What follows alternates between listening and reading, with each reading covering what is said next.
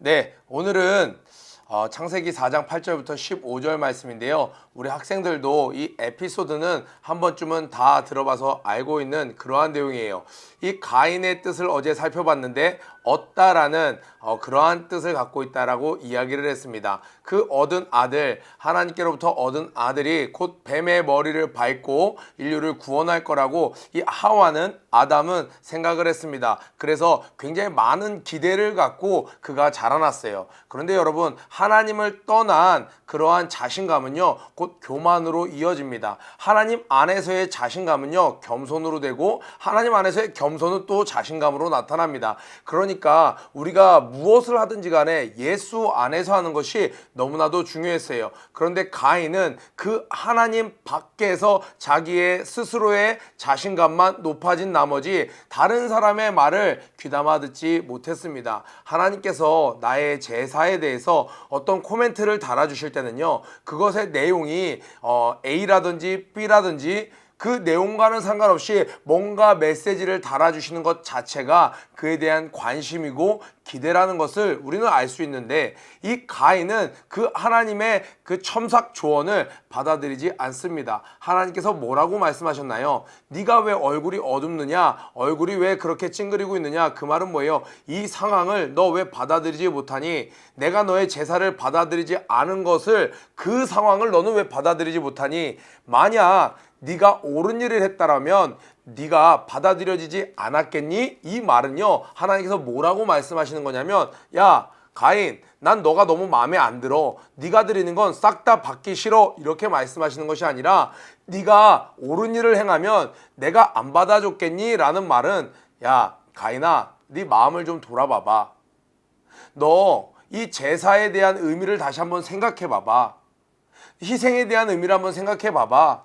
이런 것들을 네가 잘 점검하고 네가 나에게 다시 제사를 드리면 내가 받아주지 않겠니? 가 되는 거예요. 그런데 이 가인은 마음이 너무 높아져 있던 나머지 그 하나님의 말씀을 귀담아 듣지 않았던 것이죠. 그러면서 하나님이 말씀하시죠. 죄의 소원은 내게 있으나 문 밖에 서서 정말 웅크리고 너를 노리고 있는데 너는 죄의 소원을 다스릴지라. 자, 우리 몸에는 죄성이 있다고 그랬어요. 평상시에는 이것이 잠잠히 있다가 어떨 때 이것이 기지개를 펴고 우리를 향해 달려드나요? 우리가 선을 행하지 않을 때.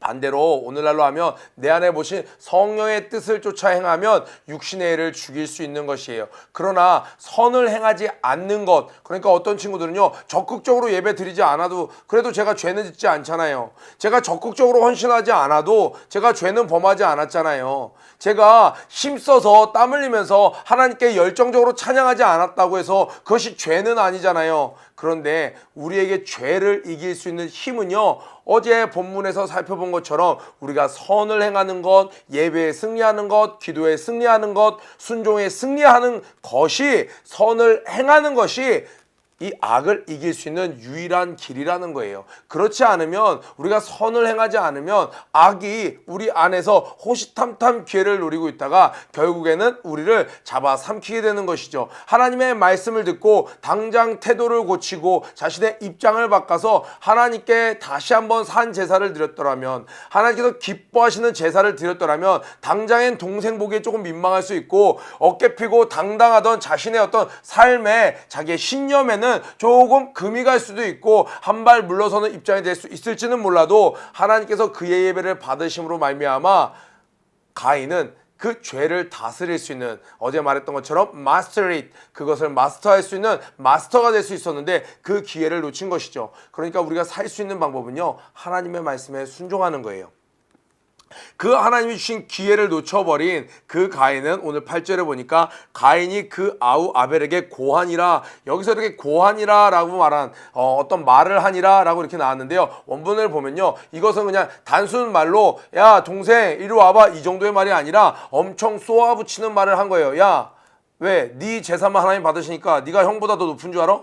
야, 네가 뭐 하나님이 내 재산 받지 않으니까 나를 무시하는 것 같아? 그러니까 우리말로 하면요, 계속 아벨에게 태클을 걸기 시작하는 거예요.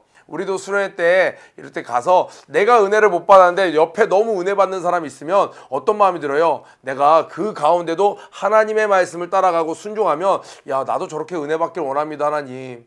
제 마음 어디가 문제가 있는 건가요? 이렇게 나아갈 텐데 그 짧은 순간에 하나님의 그 터치하심을 거절하면요, 은혜 받는 사람이 꼴보기 싫은 거예요. 뭐야, 왜 이렇게 오바해? 저렇게까지 해야 돼?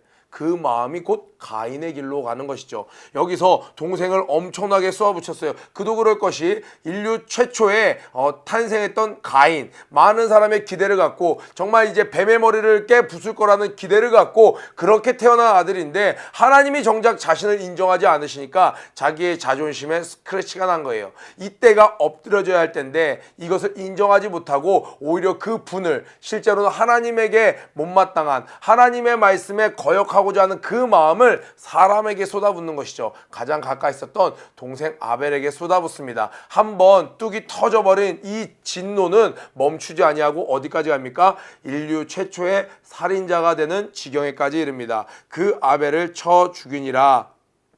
보겠어요. 그러니까 우리 친구들, 하나님께서 가인에게 주셨던 메시지 오늘날도 우리에게 주시지 않습니까? 매 순간마다 그것을 순종하는 것만이 우리가 승리할 수 있는 유일한 비결이라는 것을 꼭 기억했으면 좋겠어요.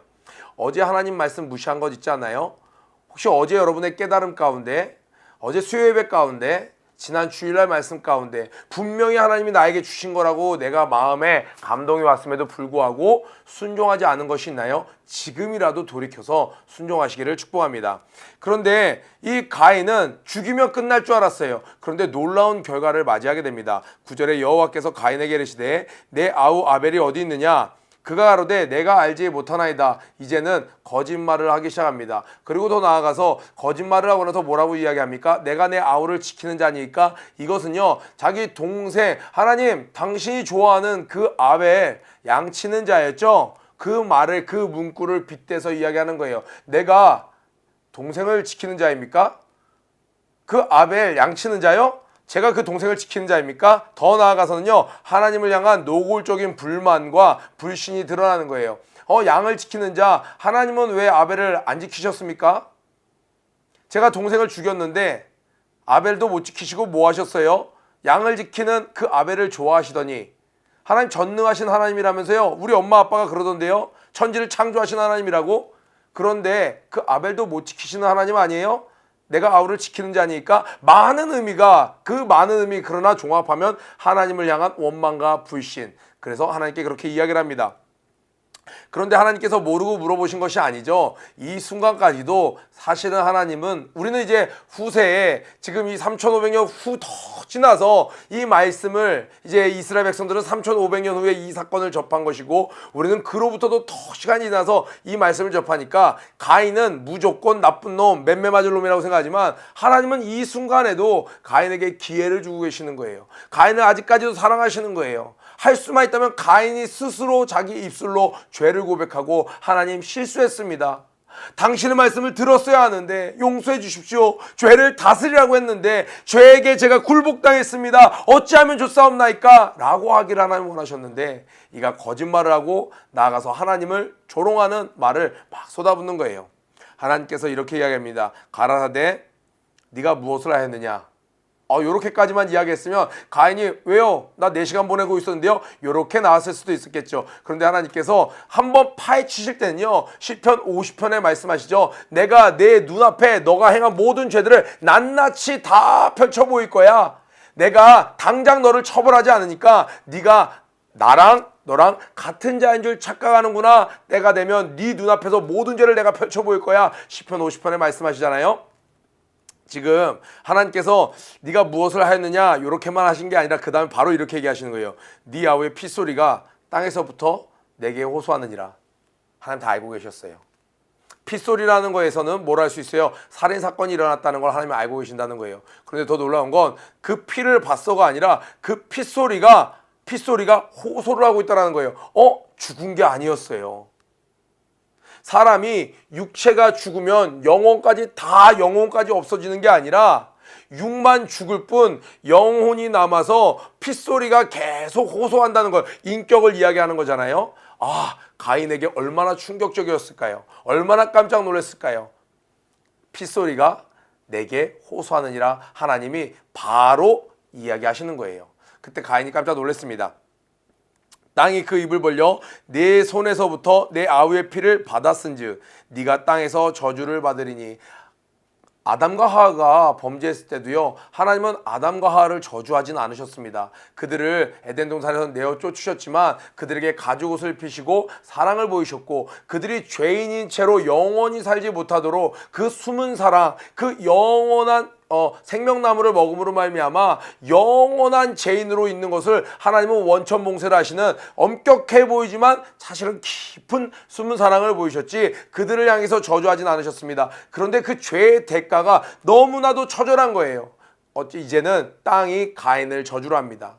가인은 살인자가 되었고 어딜 가든지 이제 평안하지 않아요. 자, 여기 성경을 보니까 이렇게 이야기합니다.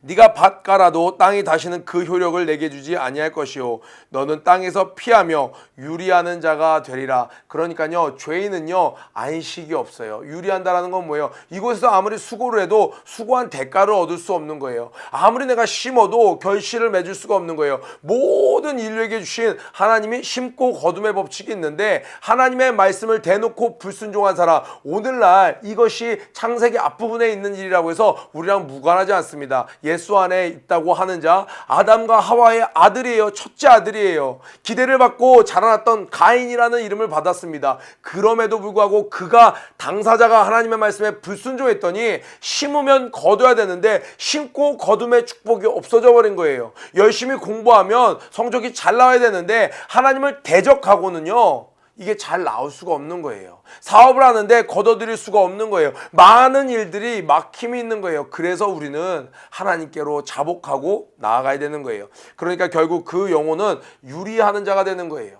1년, 2년, 10년 뺑뺑뺑 자기 자리를 계속 쳇바퀴처럼 도는 이스라엘 백성들이 하나님 앞에 온전한 마음을 갖지 않으니까 저 목적지 가나안을 두고도 계속 그 광야에서 40년 동안 계속 유리하는 인생이 되었던 것처럼, 죄를 범하고 회개가 없으면요 하나님은 그 범죄함 위에 축복을 더해주지 않으세요. 반드시 회개하고 이 일을 마무리 지어야 된다는 거예요. 그러니까 하나님께서 계속 이 회개할 기회를 주셨다는 것은 뭐예요? 회개만 한다면 용서하시려고 그러시는 거예요. 회개만 한다면. 근데 회개를 하지 않죠. 13절에 이렇게 얘기해요. 한번 박스를 쳐보세요. 가인이 여호와께 고하되 내 죄벌이 너무 중하여 견딜 수 없나이다. 자기는 동생 죽이면 그냥 끝나는 줄 알았어요. 근데 그 대가가 땅이 어디에 있나요? 자기가 가는 모든 곳이 다 땅이에요. 그런데 그 땅이 자기를 받아들여주지 않는다는 거예요. 자기는 생명이 붙어있는 날 동안에 어디서도 안식을 취할 수 없는 존재가 되었습니다. 자, 어딜 가도 사람들이 가인은 사람을 죽인 사람이라는 것을 알게 돼요. 두려움 가운데 평안함을 잃어버린 채 살아가야 되는 인생이에요. 자, 13절 보니까 가인이 얼핏 보면 굉장히 하나님 앞에 회개를 하는 것 같지만, 가인은요 회개를 한 것이 아니라 자신의 고통만 호소를 하는 거예요. 내가 이 짐이, 이 대가가 너무 중하여 견딜 수 없나이다. 얼핏 보면요 겉으로 포장하기엔요 우린 이런 것들을 기도라고 이야기를 할 때가 있습니다. 우리도 하나님 앞에 와서 힘들어요, 내 인생 왜 이렇게 된 거예요, 힘들어요. 네, 그런 시작은 그렇게 할 수 있지만, 하나님, 그러나 이 모든 것이 저로부터 시작됐습니다. 하나님은 선하신 분이시고 늘 좋은 것으로 주시는데 제가 범죄했습니다. 제가 거짓했습니다. 제가 하나님 말씀에 불순종했습니다. 그래서 그 대가가 너무 중하오니 주여 이 죄를 사하여 주시옵소서 한다면 그것은 회개가 되는데, 가인은 자신의 고통만 쏟아내고 있는 거예요. 자, 하나님께서는 여전히 그러한 자에게 기회를 주시는 거예요. 사실 그 하나님의 생명의 법칙을 깨버리고 생명을 죽여버린 그 가인을요 하나님은 묻지도 않고 따지지도 않고 즉사시키셔도 되는 것이죠. 그냥 번개를 내려서 죽여도 되고, 땅을 벌려서 삼켜버려도 되고, 불이 어디서 날라서 그를 태워버려도 되고요. 하나님은 즉시로 죽여버려도 되는데, 가인에게 질문을 하시고 계속 이렇게 딜을 하시는 이런 모습은요 하나님과 뭔가 이렇게 커뮤니케이션을 한다는 것 자체가 기회예요. 그런데 가인은 깨닫지 못했죠. 자, 14절에 이제야 조금 정신을 차린 것 같아요. 주께서 오늘 이 지면에서 나를 쫓아내시온즉 내가 별 펼쳐보세요. 주의 낯을 배웁지 못하리니. 주의 낯을, 지금까지요 가인이 잘못했는데도 하나님과 대화를 하잖아요. 주의 낯을 배웁지 못하리니, 이제 하나님이 말씀하시지 않아요 가인에게. 그럼 그것이 가장 큰 형벌이 되는 거예요. 이스라엘 백성들이 계속 하나님 앞에 범죄합니다. 다윗 왕이 죽고 나서 솔로몬이 죄를 짓고, 이제 나중에는 그 나라가 르호보암 여로보암 나눠지고 나서 남유다 북이스라엘 잘못하니까 선지자들을 계속 보내십니다. 그런데도 마지막까지도 말씀을 듣지 않으니까 어떻게 하셨어요? 하나님이 더 이상 선지자를 보내지 않으세요. 말씀을 하지 않으세요. 이것이 가장 큰 형벌인 것이죠. 가인이 생각했더니 하나님이 말씀하시지 않으면 내가 너무나도 힘들 것 같습니다. 이제 사람들이 나타나서 저를 죽이겠습니다. 그때 하나님 15절에 여호와께서 그에게 이르시되 그렇지 않다. 가인을 죽이는 자는 벌을 7배나 받으리라 하시고, 가인에게 표를 주사 만나는 누구에게든지 죽임을 면케 하시니라. 그 표가 어떤 이마의 표였는지 아니면 뭐 어떤 사인이었는지는 우리는 모르지만 어쨌든 모든 사람들이 알아볼 수 있는 표를 가인에게 주셨고, 그것 때문에 사람들이 가인을 죽일 수 없었다라는 거예요. 그러면요, 이 친구들이 이런 생각할 수 있죠. 하나님 살인자도 그냥 놔두시는 거예요? 그런데 그런 죄인 가인을 죽이면 7배나 더, 이거 좀 아니지 않나요? 이 메시지는 어떤 메시지냐면요, 가인을 아무도 손대지 마라. 가인을 심판하는 것은 내가 할 일이다. 그것으로 말미암아 우리 세상에는요, 이에는 이, 눈에는 눈. 그러니까 저 가인 사람 죽였네, 저놈 놔뒀다간 우리도 또 누군가 죽일지도 모르잖아. 우리 가인을 죽입시다. 사람들이 가인을 죽이면요, 심판이 이루어진 것 같지만 어떤 일이 남아요? 또 누군가가 가인을 죽이는 살인이 또 남게 되는 것이에요. 그래서 이 표를 줌으로 말미암아 지금까지 죄를 짓지 않았던 다른 사람이 또 다른 살인을 하지 않도록 사람들을 지켜줌과 동시에 심판은 나에게 달렸다라는 하나님의 메시지. 그리고 더 나아가서는 가인이 숨이 붙어있는 날 동안은 회개를 할 수 있는 기회를 주시는 분이에요.